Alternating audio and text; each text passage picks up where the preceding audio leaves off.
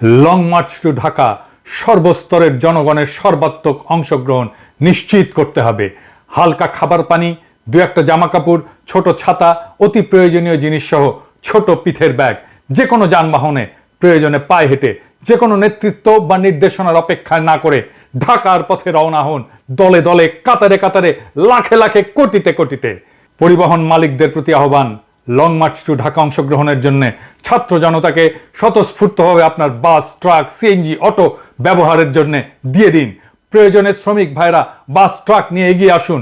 এবারের মুক্তিযুদ্ধের গর্বিত মুক্তিযোদ্ধা হওয়ার সুযোগ নিন। যদি কোথাও কোনো বাধা পান, বাধা অতিক্রম করার চেষ্টা করবেন, না পারলে ওখানেই বসে পড়বেন।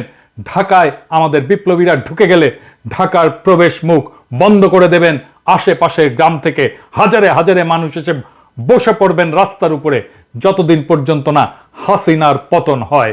কারণ হাসিনা বাঁচার শেষ চেষ্টা করার জন্য ঢাকার বাইরে থেকে রিইনফোর্সমেন্ট যেন আনতে না পারে। ঢাকায় প্রথমেই দখল করে নেবেন ফ্যাসিবাদের দোসর ৭১ টিভি আর সময় টিভি। ওখান থেকে সম্প্রচার শুরু করবেন স্বাধীন বাংলাদেশের কর্মসূচি। এরপরে অভিযান চালাবেন গণভবন উদ্ধারের, জনগণের ভবন উদ্ধারের। আমরা আর এক সাগর রক্ত পেরিয়ে ফ্যাসিস্ট দানব হাসিনার হাত থেকে বাংলাদেশকে স্বাধীন করব ইনশাল্লাহ। স্বাধীন দেশে দেখা হবে। আপনাদের সাথে সৃষ্টিকর্তা আপনাদের বিজয়ী হওয়ার তৌফিক দিন, আপনাদের উপরে রহমত বর্ষণ করুন।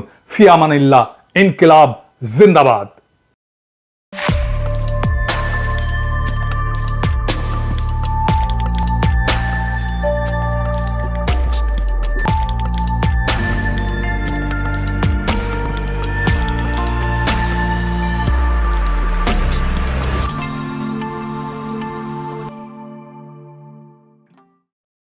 এইটা আমি বলছিলাম ৪ আগস্ট ২০২৪-এ, যখনও হাসিনা পলায়নি। দেখলেন তো, গণশত্রু সময় টিভি আছে, ৭১ টিভিও আছে।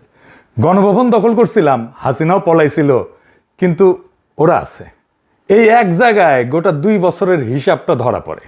সময় টিভি আর ৭১ টিভি টিকে যাওয়াই প্রমাণ করে আমরা হাসিনাকে হটাইছি, কিন্তু হাসিনার শাসনকে, তার প্রতিষ্ঠানগুলোকে হটাইতে পারি নাই, সরাইতে পারি নাই। আজ হাসিনার পলায়নের ২য় বর্ষপূর্তি। আজ থেকে ঠিক ২ বছর আগে হাসিনা হেলিকপ্টার করে পলাইছিল। আর ২০১৮ সালের এই একই দিনে, এই হতভাগা ৫ই আগস্ট, হাসিনা তার পিছে ডিজিএফআই লাগাই দিছিল। এই হতভাগারে দেশ ছাড়তে হয়েছিল। খোদা তাআলার কি অসীম কুদরত, সে একই দিনে কাঁঠাল রানীকে পলাইতে হইল হেলিকপ্টার কইরা, গণরোষে। আমি দেশে ফিরতে পারবো ইনশাল্লাহ। কাঁঠাল রানীর কব্বর দেশের মাটিতে হবে না। আজকের দিনে আমাদের হিসাব করতে হবে কি কি অর্জন করলাম এই ২ বছরে, আর কি কি করতে পারি নাই, করা উচিত ছিল। আসেন সেই হিসাবের খাতা খুলে দেখি। আমাদের অর্জন যে একেবারে নাই তা না। দেখেন, ১ নাম্বার, হাসিনা নাই, সে পলাইছে। এটা গুরুত্বপূর্ণ। তার এত বড় দল, রাষ্ট্রযন্ত্র, তার দলের গুন্ডা যে লেসপেন্সার বাহিনী গড়ে তুলছিল, আমলাতন্ত্র, bureaucracy, police, BDR, army, RAB আর ইন্ডিয়া, কেউই তারে রক্ষা করতে পারে নাই। পদত্যাগ কইরা দেশের জেলে থাকার মতো অবস্থাও তার ছিল না, দেশ ছেড়ে পালাইতে হয়েছে। হাসিনার পতন হবে, এটি তো অবিশ্বাস্য ছিল আমাদের কাছে, অনেকের কাছে ছিল। সত্য কথা, আলহামদুলিল্লাহ, রাক্ষসী গেছে। এটাই তো আমাদের জীবনের একটা বড় অর্জন, সবচেয়ে বড় অর্জন। আর কি লাগে অর্জন? ২ নাম্বার, হাসিনা, তার দল, তার লেসপেন্সার, এদের বিচার হইতেছে। ৫ই মে শাপলা হত্যাকাণ্ডের বিচার হইতেছে।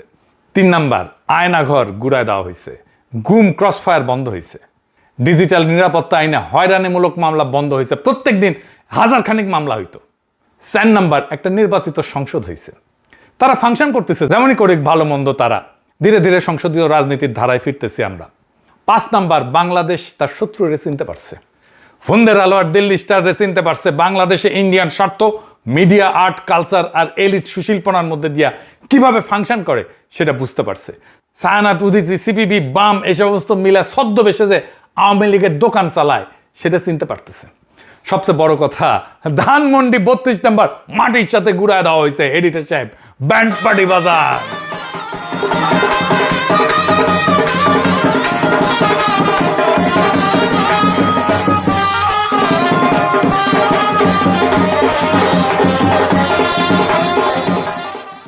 এইবার হিসাবের অন্য পিঠ।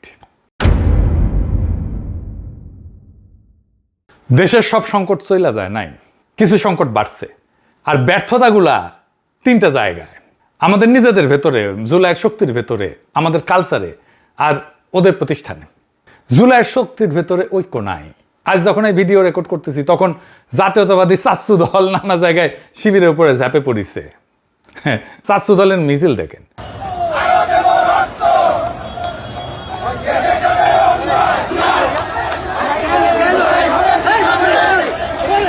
এডিটেশে বড় কইরা দেখান, এডিটেশে এটা নাকি ছাত্র যুবদল নেতা নয়, হেলমেট পরে নামিছে, হাতে লাঠি, আবার সে হেলমেট, ছাত্রলীগের হেলমেট, শুধু চেহারাটা বদলাইছে। আর তার সাথে কে, ঢাকা বিশ্ববিদ্যালয়ের ওই যে ফজল হক হলে যে চোর সন্দেহে তোফাজ্জল হোসেনকে পিটায় মারছিল না, ওই মামলার চার্জশিটভুক্ত আসামি এফএইচ হলের ছাত্র দলের নেতা শেখ রমজান আলী রকি। দেখেছেন? তাহলে তোফাজ্জলকে পিটায় মারছিল কারা দেখেছেন? হাসপাতালে যে হামলা করেছে, ঠিক জুলাই ছাত্রলীগ যেমন করেছিল। অক্ষরে অক্ষরে একই স্ক্রিপ্ট, শুধু পতাকার রংটা বদলাইছে। জুলাইয়ের শহীদ ছাত্রদল নেতা ওয়াসিম, যাকে সবাই ভালোবাসত, আমাদের অত্যন্ত প্রিয় মুখ, খোদা তাআলা তাকে বেহেশত নসিব করুক। আজ সেই ওয়াসিম যেই মানুষটাকে ভালোবাসত, যার আদর্শে উদ্বুদ্ধ ছিল, আজ সেই মানুষটাকে বেরবিতে, রোকেয়া বিশ্ববিদ্যালয় রংপুরে অপমান করা হয়েছে।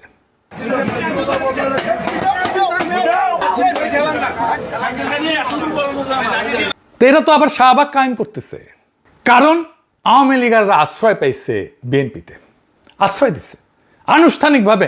নৌকার লোকদের আশ্রয় দেওয়ার ঘোষণা দিছে মির্জা ফখরুল। দেখেন, এখন আমাদের যারা এখানে নৌকা পড়তেন সারা বাংলাদেশে, তারা তো একটু অসহায় অবস্থায় আছে, যে আমাদের মূল লক্ষ্যে পালাই গেছে, আমরা এখন কি করবো? তো সেই জায়গায় আমি আপনাদেরকে এইটুকু আশ্বাস দিতে পারি যে আপনাকে হতাশ হবেন না, ধানের শীষ আপনাদের পাশে আছে, আমরা আপনাদের পাশে আছি। আমরা বেঁচে থাকতে আপনাদের গায়ে কেউ ফুলের টোকাও দিতে পারবে না। তারেক রহমান বলে আন্দোলনের সময় নাকি জামাত শিবিরে পাওয়া যায় নাই। হ্যাঁ, জামাত শিবির কয় নাই, বলছে গুপ্ত। শোনেন, আজকে অনেকেই দাবি করে, কারো নাম আমি উল্লেখ করতে চাই না, যাদেরকে একটি শব্দ, গুপ্ত একটা শব্দ ব্যবহার করলেই মানুষ, সাধারণ মানুষও তাদেরকে চিনে, তারা কারা। এদেরকে কিন্তু আমরা অনেক খুঁজেছি, তাদেরকে আমরা পাইনি, আমি পাইনি দূরে থেকে। আপনারা কি কেউ পেয়েছিলেন রাজপথে? তাদেরকে কিন্তু রাজপথে আমরা দেখিনি। 17 বছর বিভিন্ন জায়গায় আমরা তাদেরকে দেখিনি। শুনিছেন তো? তারেক রহমান এই মিছিলটা কারা করেছিল দেখেন।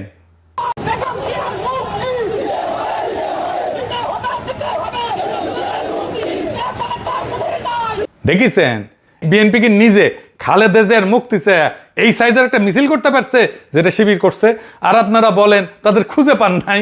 আশ্চর্য কথা। মজার কথা হইল, বিএনপির যে প্রিয় পত্রিকা ফুন্দের আলো প্রসঙ্গে আসতেছি পরে, সে কইতেছে কর্মসূচি ঘোষণা করতো বিএনপি আর পালন করতো জামাত শিবির।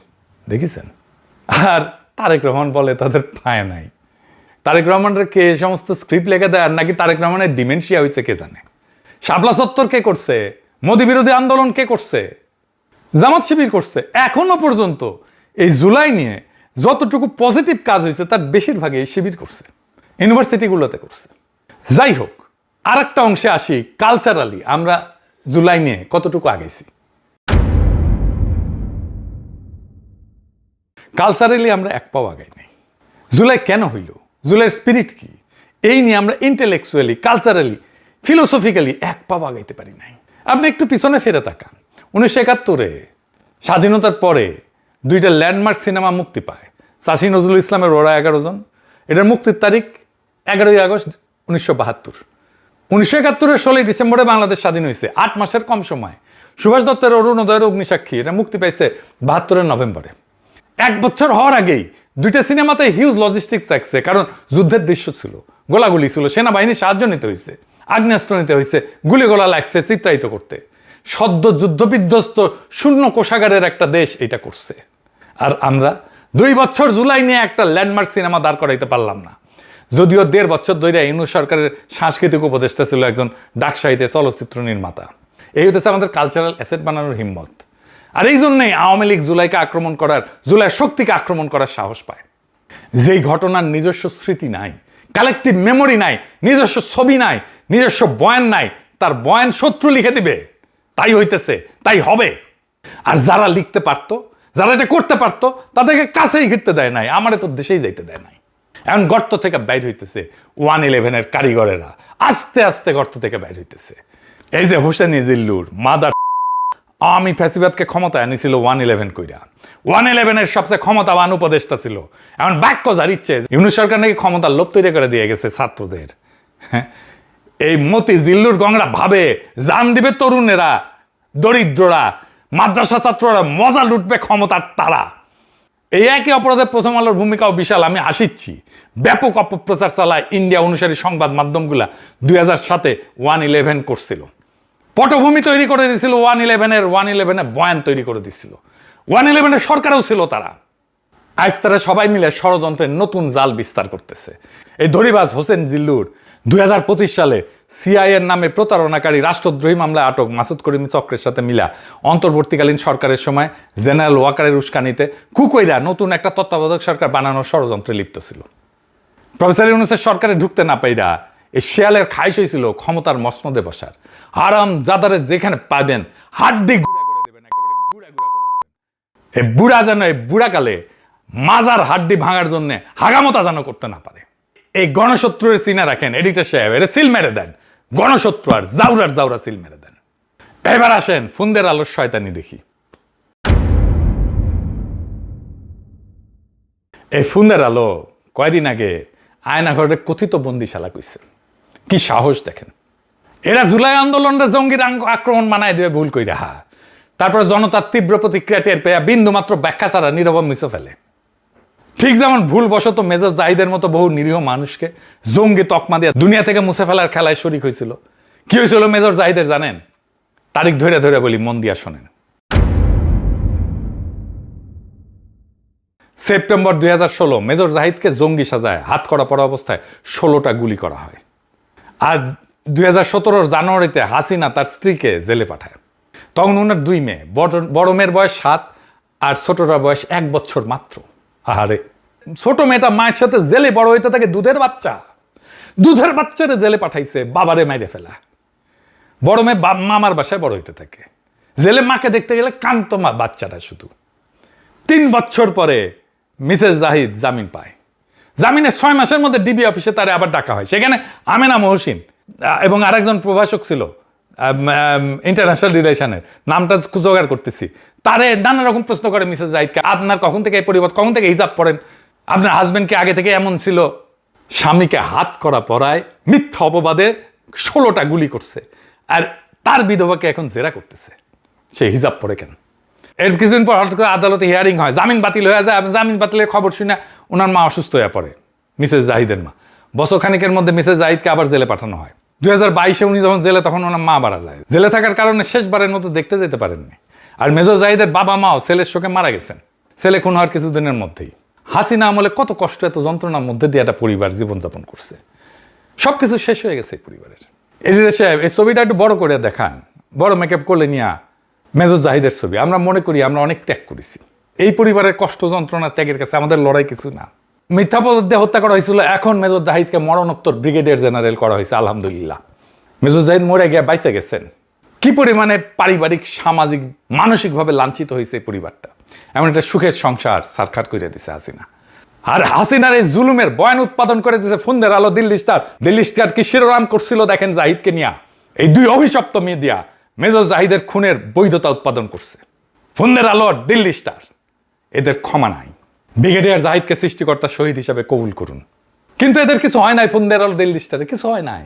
কোনো স্বীকারোক্তি নাই, কোনো গ্লানি নাই, কোনো অনুশোচনা নাই। এই মিডিয়া সন্ত্রাসের বরপুত্রদের কোথাও জবাবদিহি করতে হয় না। তাদের স্বাধীনতা অলঙ্ঘনীয়, পুত পবিত্র। আর এখন তারা ভিকটিম সাজছে। পুড়ে যাওয়া ফুন্দের আলো, দিল্লি স্টার দেখায় দৈনিক নাগাসাকি, হিরোশিমা নাকি হয়েছে ওইটা দেখায় সবাইকে, আমরা ভিকটিম, আমাদের মারিছে। আয়নাঘরের মতো নৃশংস গোপন বন্দিশালার অস্তিত্ব প্রথমে অস্বীকারের চেষ্টা করছে, তারপর আবার ইনভার্টেড কমার মধ্যে রেখে মিথ্যা ছাপাই দিছে। এই খেলা চলছে 24 ঘন্টা। আসলে এই 24 ঘন্টা ধরে আমরা মাপছে আমাদের সহ্য শক্তি কতটা হজম করতে পারি। এইবার 24 ঘন্টার পরীক্ষা নিছে। ভাইবা দেখেন ভবিষ্যতে এই পরীক্ষার সময়সীমা কত দীর্ঘ হইতে পারে। কেউ তো ভাবতেছেন এই মতি মাহফুজ তো বুড়া একদম কয়দিন পরে জয় বাংলা হয়ে যাবে, এই কুকুরটি আর কয়দিন চালাবে, দিন বদলাইবে না। ওরা যে কালচারাল ইনস্টিটিউট গড়ে তুলছে তাতে সবাই একটা ছোট ছোট মতি মাহফুজ। কেউ কেউ হয়তো সঠতায় মতি মাহফুজকে হার মানাবে।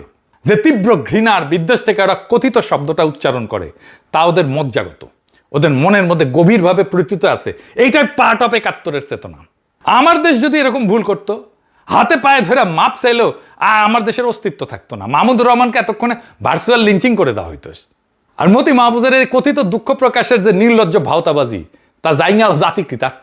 আর এই ফন্দের আলো দিল্লি স্টারকে পাবলিক সোটা লাল করে দিলে নাকি লজ্জায় আমাদের মাথায় হেঁট হয়ে যায়। কথা শুনতে হয় খলিলুর রহমানের কাছ থেকে। খলিলুর রহমান আবার নিজে কয় না, তারা এবার শিখাই দিছে পশ্চিমারা। শুনেন, আবার ওটা নাকি স্বাধীন গণমাধ্যম। প্রথম আলো এবং ডেইলি স্টারের উপরে আক্রমণ, এই ধরনের আক্রমণ আমরা আগে দেখিনি। এটা ছিল স্বাধীন গণমাধ্যমের ওপর একটা আক্রমণ। আমাদের যে লজ্জা পাইতে হবে সেটা আবার পশ্চিমারা শিখাই দিছে খলিল।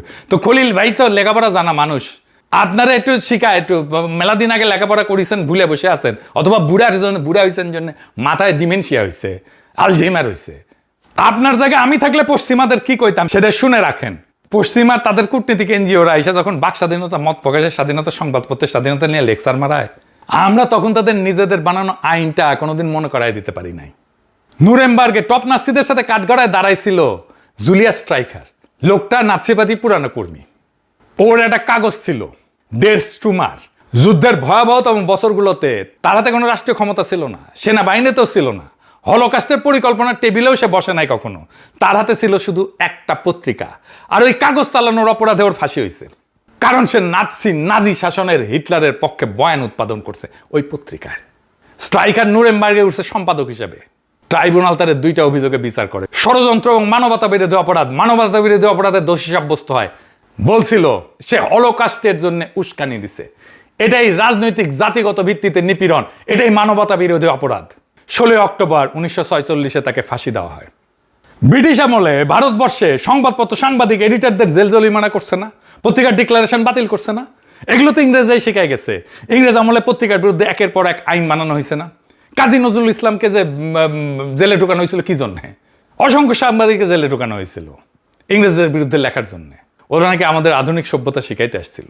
মতি মাহফুজ আইসা যখন কয় সাংবাদিক কেন ধরা হয়েছে, সাংবাদিকরা কেন জেলে, প্রশ্নটা ওইটা না।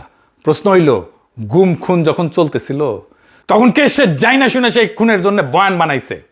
কার কলমের ডগায় জঙ্গি তকমা লাগায় মানুষটা লাশ হইছে? 1/11 জঙ্গি নাটক, 16 বছরের বয়ান নির্মাণ, এইগুলার নথি আছে, তারিখ আছে। মতি মাহফুজকে কাঠগড়ায় তুলতে হবে। 1/11 কইরা বাংলাদেশে ফ্যাসিবাদ কায়েম, আর ফ্যাসিবাদের পক্ষে জঙ্গি বয়ান তৈরি করা হাজার হাজার মানুষকে গুম খুনের অপরাধে মতি মাহফুজের ফাঁসি চাই। এটা প্রতিশোধ না, এটা ওদেরই শেখানো সভ্যতা, পশ্চিমাদের শেখানো সভ্যতা। আর এইটাই ওরা সবচেয়ে বেশি ভয় পায়, কারণ এইখানে প্রেস ফ্রিডম বইলা চিৎকার কইরা পার পাওয়া যায় না। পার পায় নাই নুরেমবার্গে, মতি মাহফুজ পার পাইবে না। ওরা বাইসা থাকুক, দেখি ওদের গলায় ফাঁসির দড়ি না ঝোলানো পর্যন্ত আমাদের মুক্তি নাই। আর যতদিন বিচার না হইতেছে ততদিন ওদের টাকার লাইনটা কাটেন। যতদিন এটা হইতেছে না ততদিন এই 2 প্রতিষ্ঠান যাদের বিনিয়োগে চলে ওদের আর্থিক যোগানোর উৎস বন্ধ করে দিতে হবে। ফন্দের আলো আর দিল্লি স্টারের মালিক হইতেছে ট্রান্সকম। ট্রান্সকমের সবচেয়ে বড় আয় আসে তাদের ওষুধ কোম্পানি এসকেএফ থেকে। ওখানে আয় করে এসকেএফে, আর ওইটা 2টা পত্রিকা চালায়, ঢালে এইখানে বাঁচায় রাখে। এই কোম্পানির ওষুধ কিনবেন না। এইটা সাহেব লোগোটা বড় করে দেখায় দেন, স্ক্রিনে বড় করে ধরে রাখেন। আপনারা শুধু ওষুধের গায়ে লোগো থাকলে কিনবেন না। ডাক্তার প্রেসক্রিপশন লেখার সময় কইবেন এই এসকেএফ এর ওষুধ আমারে দিবেন না, অন্য যে কোনো কোম্পানির ওষুধ দেন। ফার্মেসি দিকে বলবেন এই কোম্পানির কোনো ওষুধ আমারে দিবেন না, খাবেন না, বাসায় থাকলে ফেলে দেন।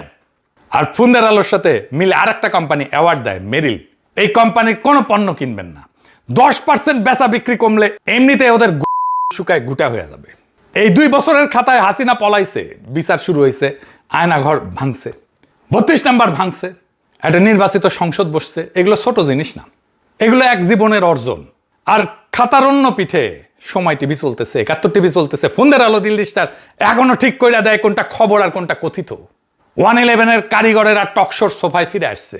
ছাত্রদল 2026-এ ঠিক সেই কাজ করতেছে যা ছাত্রলীগ 16 বছর ধরে করছে। আর নৌকার লোকেরা ধানের শীষের ছায়ায় বাসা বাঁধতেছে। এর মানে একটাই, আমরা মানুষটাকে হটাইছি, যন্ত্রটাকে না, সিস্টেমটাকে না, ব্যবস্থাটাকে না।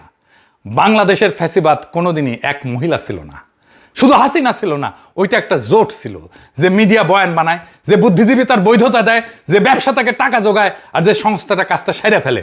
হাসিনা পলাইছে, জোটটা রয়ে গেছে, আর নতুন মালিকের কাছে নিজের ভাড়া দিতে শুরু করছে এই জোটটা। আর সবচেয়ে গভীর ব্যর্থতা আমাদের নিজেদেরই। ৭১-৮ মাসের মধ্যে ওরা 11 জন বানাইছিল, আমরা 24 মাসে কিছুই বানাইতে পারি নাই। যে অভ্যুত্থান নিজের স্মৃতি নিজে গড়ে না, তার স্মৃতি লিখে দেবে তার শত্রুরাই। এই জন্যেই আজ কথিত বন্দিশালা লেখার সাহস হয়, কারণ ওরাই লিখবে আমাদের ইতিহাস। তাহলে তৃতীয় বছরের কাজটা কি? 3টা।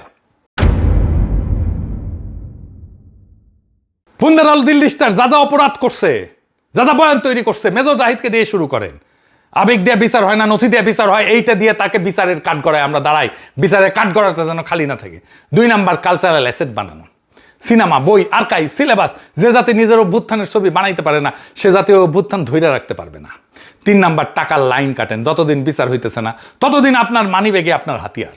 কে বিজ্ঞাপন দেয়, কে অ্যাড স্পন্সর করে, কার ব্র্যান্ড এই কাগজের পাতায় ঝোলে, এই নামগুলো জানেন, আর সেই অনুযায়ী কিনেন। আমি দেশে ফিরবো, কাঁঠাল রানীর কবর এই মাটিতে হবে না ইনশাল্লাহ। কিন্তু সেটা যথেষ্ট না। মেজর জাহিদের যে মেয়েটা মায়ের কোলে জেলখানায় বড় হয়েছে, সে যেদিন জানবে তার বাবাকে কে খুন করছে আর কে ওই খুনের বৈধতা লিখে দিছে, আর এই দুইজনই যেদিন একই কাঠগড়ায় দাঁড়াইবে, সেই দিন জুলাই পূর্ণতা পাবে, তার আগে না। ইনকিলাব জিন্দাবাদ, আজাদি জিন্দাবাদ।